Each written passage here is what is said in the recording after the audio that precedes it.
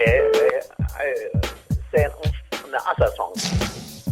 Mike's Daily Podcast. Episode 492. It's Wednesday, April 3rd, 2013, 8 p.m. Pacific Time. Internet talk radio for your imagination. Mike Matthews broadcasting from the last place on Earth, located somewhere in Podcastro Valley, California.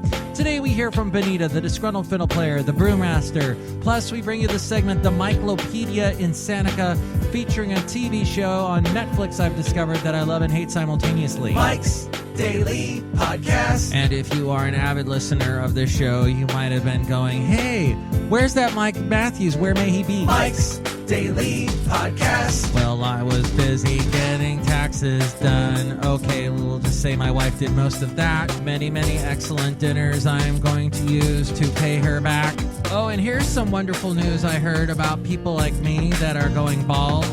We're more likely to have heart problems. What the? I'm appalled. A recent study said 32% of balding men were more likely to have heart disease. Mike's Daily Podcast. The British Heart Foundation says men should focus more on their waistline than their hairline. I'll focus on both, if you please. Mike's No, actually, I won't. Daily Focus on my hairline. Podcast. I just shaved the bastard. Yeah! And that's how I deal with that, yo. That's how I roll. Look who just walked in. Hi, Mike. It's Benita, the rodeo queen. How y'all doing? And it's a disgruntled fiddle player, tell you what. What? Where the heck were you, Mike Matthews? There was a bunch I wanted to talk to y'all about, especially with all this equality, marriage, and killing off the real marriage situation. Did you say situation? I said situation. All right, it's just situation. All right, you have your tomato, I'll have my tomato. I always thought you said that word funny. Well, okay, so you're talking about the marriage equality, same-sex marriage, and yes, that was a big issue last week. I missed out on that. I did get that thing with the equal sign, though, up on my Facebook and up on the Mike'sDailyPodcast.com. Is that... Oh, that's supposed to be an equal sign? Yeah, I said no one's greater than or less than anyone else. I don't understand. It refers to math and the algebra and equal signs, greater than, less than. Did you ever deal with that sort of thing? I have to deal with you. That's enough. Listen, what I want to say is I don't care if I am on the wrong side of history. Really? Yeah, Mike. He's joined an organization called Whooshow. It's a show. Whooshow. It's hard for people to say. How do you spell that? WSHO. And that stands for what? Wrong Side of History Organization. Okay, and what's your platform? We believe that we do not care if everyone thinks that we're on the wrong side of history. We don't care. We believe we are on the right side. But we're just going to go ahead and think that right is wrong, just like some people say that bad is good and that fat is good, but they say it with a P instead. What we're saying is we are going to be wrong and we're going to like it. Okay, so you're for marriage equality? Am I not speaking English to you? You are, but for some reason it's just not computing. Okay, well, maybe we got the wrong name for our group. But we do have wrong in the title, so it fits. Oh, look who else just walked in. Hello there, Mike. I make the root beer. I'm the brewmaster. Brewmaster, what do you think about this whole marriage equality thing? I think that people are talking about it. Yes, they are. Okay, maybe we should move on to something else. What do you think about them saying the people in England from the British Heart Foundation, which I think British people have wonderful hearts. They do. They come up with some wonderful shows, which I'll be talking about when coming up in the MIKELOPEDIA INSANICA. But what do you think about that whole thing? I think it sucks. Men that go bald have to deal with women thinking that they look funny.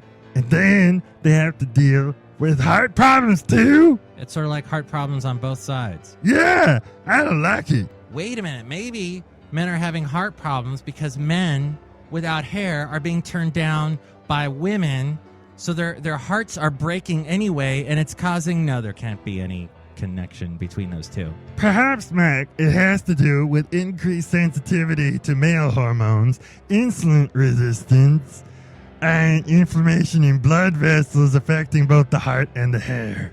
Did you say insulin resistance? Yeah, What is that? What even is that? no idea. Mike, let me just jump in here right now because I think there's a life preserver that's needed in this conversation.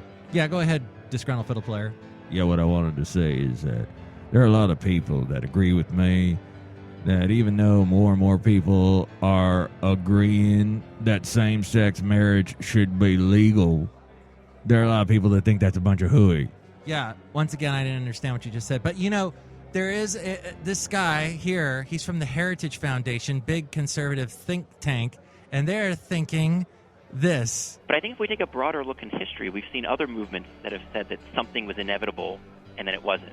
Communism was inevitable at one point. The ERA was inevitable at one point. And then also, I think 40 years ago, right around the time of the Roe decision, shortly thereafter, everyone said, look, the pro-life movement is a dead force in American politics. People thought that it was just going to be old people who were dying off. It was just going to be people in clerical collars, the Pope in Rome, who are pro-life.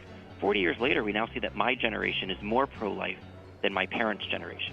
Okay, that's Ryan Anderson of the Heritage Foundation from the podcast and the radio show that's heard on radio stations across the country through PRI. It's called To the Point with Warren Olney. And Ryan Anderson says that same-sex marriage, people being pro same-sex marriage, they're going to go away. Just like the people that were for communism are going to go away. Basically saying every commie pinko stereotype you've ever heard. And I guess he's against same-sex marriage just like he's against the ERA, Equal Rights Amendment. He doesn't want equal rights at all for anyone? That's crazy. Okay, the abortion topic, always going to be very controversial. But the guy is basically, he's saying, I'm young, and I'm just like that younger demographic that is becoming more and more increasingly pro-marriage equality. He's saying that all these people that think same-sex marriage is okay, they're going to end up going away. And that's basically putting your head so far in the sand. This is not going away. Yes, this might be a hot topic at the moment, just like any topic, gun control, immigration. But, this is not going to go away. And people are not going to suddenly change their minds about same-sex marriage. But Disgruntled Fiddle Player, continue being on the wrong side of history. Because the more you do that, the more the Republican Party will continue to lose elections.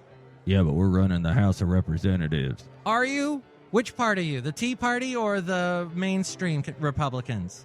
It's a big tent. We're all together. Mike, I think you two got to stop talking politics. You're going to break chairs over each other's heads. They've removed all the chairs out of the last place on Earth just for this purpose. Oh, well, I'm getting tired of standing. Bye, all bye. I hate politics. Do not understand why you want to be on the wrong side of history. But that's what makes America great. You can be on whatever side of whatever you want. Okay, so if you have a comment about that, if you want to be on the wrong side of history or the right side, or if you think that being bald is wonderful and you can't wait to have that heart attack, you can email me, mikesdailypodcast@gmail.com. We read your comments on the section emails for me mail. Also email me there if you'd like to be a guest on the show or if you'd like to sponsor the show, mikesdailypodcast@gmail.com. And we got this website here called mikesdailypodcast.com where we got the blog and we got the podcast picture and we've got links to where you can listen to us in iTunes. Subscribe to the show in iTunes and rank the show and comment on the show in iTunes. More people find out about us if you do that. And also check out on Mike'sDailyPodcast.com, links to where to find us on Facebook, Twitter, YouTube, and Yelp. And I've also got past interviews, past Mike's Cassette Cubbyhole segments that we've done. That's a lot of fun. As well as the songs that I have done. As some weird ones that I have done, all there on the website, Mike'sDailyPodcast.com, as well as the Amazon Deal of the Day. Yeah, everything.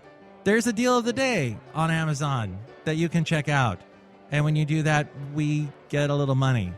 Not much, but hey, it's a tuppence. It's a something that will probably get overly taxed and won't get any money back Thanks a lot, Tea Party, for fixing that.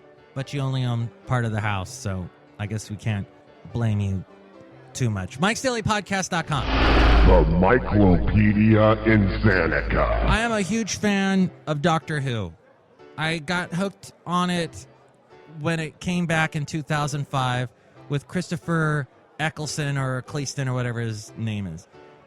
I started watching the show on Netflix, got hooked on the David Tennant and the Matt Smith, and it's a very British show. If you're not into British shows where they're talking all with the British accent and using some really thick British, Irish, Scottish slang, you may not exactly like it, but it's a fun show. The special effects the storylines are interesting and kooky, and I enjoyed Hitchhiker's Guide to the Galaxy, so I'm into that kind of comedic sci-fi stuff. Well, interestingly enough, what spun off of Doctor Who, I think this started in 2006 or 2007, is a show called Torchwood. And this show is very different. It's not a comedy. It's trying to be like a procedural crime drama, a CSI, only with supernatural type stuff. Kind of Ghostbusters meets that's funny stuff. So there's nothing really funny at all about the show, but it does involve a character that was featured in a couple of Doctor Who episodes. His name is Captain Jack Harkness, and he is a guy from the 51st century who is a time traveler. He travels around, and he's like a con artist, and he gets people to pay money for things that he steals in different parts of time and space. But he ends up becoming friends with Doctor Who. Actually, his name is just the Doctor. He has no last name, so people always go, Doctor Who? He becomes an Abbott and Costello routine. But Captain Jack Harkness has this moment where he dies, and somehow he's brought back to life by a character who's infused with time-space vortex in their mind, and it gets really crazy sci-fi from there. So now Captain Jack Harkness never dies. In this episode, he dies, not in every episode, but once in a while he dies, but then miraculously comes back to life. He has a crew of British folks. Oh, by the way, Captain Jack Harkness has a American accent, so you can understand what he's saying. The rest of the characters on the show, since it takes place in Cardiff, I believe that's somewhere in Wales, they'll have that Welsh accent, which is kind of sexy, actually. There's a female character on the show that has it, and it's kind of like, wow, nice, I like this. So you need the subtitles for a lot of it when you're trying to understand what they're saying. But actually, the actor that plays Captain Jack Harkness is Scottish, and he has a full-on Scottish brogue when he's talking normally, but he fakes an American accent. Fascinating. John Barrowman is his name. So anyway, wrapping this interesting MIKELOPEDIA INSANICA entry and review for you. Oh man, I should have called this Mike's Absolutely Useless Review. All right, it's a little bit of both. It's a MIKELOPEDIA INSANICA entry, and it's a useless review. The show is okay.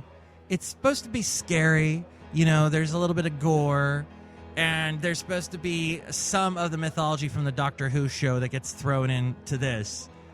But I've actually cheated. I looked on Wikipedia, and I see that some characters on the show die. In fact, they lose like 3/4 of the cast a couple seasons down the road. So I don't know how I feel about that. And then there's these bizarre relationships that happen. There's some straight relationships, some gay relationships. There's some human-alien relationships that happen. There's some really bad acting. There's some good special effects. As my friend Colin said, who Colin, by the way, from America, he's now in England getting his PhD.